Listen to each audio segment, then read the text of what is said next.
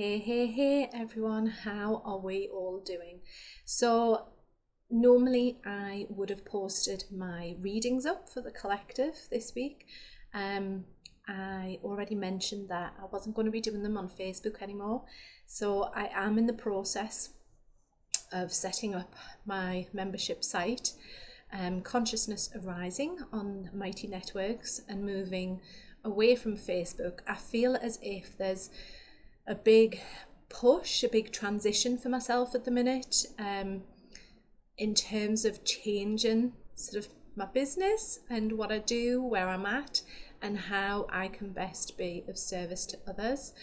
And so last week, I don't know about you guys, but last week felt very uncomfortable. There was a lot of emotions coming up to be purged. I think I cried nearly every day last week, as well as crying publicly in my Facebook group, which I was not expecting at all, and it felt very uncomfortable to be crying in front of people, even through a screen. But there was a lot of tears which needed to be shed last week. So yesterday I spent all day in my pajamas, watching Netflix and really thinking about what it is that I do, and again, how I can be best of service, and also what is it that I enjoy doing, what do I love doing. So I do love doing videos and sharing my thoughts via this platform. Again, whether it's going to be YouTube going forward or not, I don't know yet, but for the minute it is. I also feel as if I need to push myself out of my comfort zone, and instead of utilizing the cards to do readings, to connect and do some channeling. So sharing channeled messages but verbally. So I already channel words which I share via my blog, via my group. I channel through paintings, so I've been channeling light language through paintings over the last couple of months, and it feels as if the next stage for me and my evolution, if you like, is to learn to channel messages verbally without the use of external tools. So that is something that I am going to be starting to do through the YouTube channel. I'm not sure whether it's going to be next week or the week after. I will set a date, and I always tell people about pushing themselves out of the comfort zone, and I feel as if I suppose I've become a little bit stagnant in that I am doing what I've always done, but it definitely feels now as if upstairs, the universe, whatever you want to call it, is pushing me to do more. I feel there's just a lot of changes going on in the minute, so and I don't know if you guys are feeling as well. If you are, please do let me know. But as I'm Scorpio as well, and this is this season of this death and rebirth, it does feel uncomfortable, and to be doing things that you've never done before, and like moving my Facebook group off Facebook onto a separate platform, it's a bit risky. Everyone knows Facebook, everyone knows what that is, but at the same time, if I don't take that risk and jump, then I'm never going to do it, and that's not me. I like to do things that maybe seem to go against the norm or that aren't conventional. So there's just keep your eye out. There's a few things, as I said. I feel like my YouTube channel is going to be maybe a little bit different to what it has been, which I'm going to sort of review, and the videos that I do are going to be more of channeled messages from the Pleiadians, and I feel as if I'm meant to connect more with multi-dimensional beings. That's just the feeling that I get, where not even so much my focus needs to be, but just you know, there's a lot of people out there who are mediums. There are a lot of people out there who are psychic, and I feel as if, like I said, this is just my next stage in my evolution, is to talk to the Pleiadians and channel their messages of love and light for you guys. So yeah, so I'm not going to be doing the readings anymore using the cards, but I will be doing some form of message which I hope will be of benefit to you in that coming week. So just want to share a little bit for this week about what's coming up, what I feel,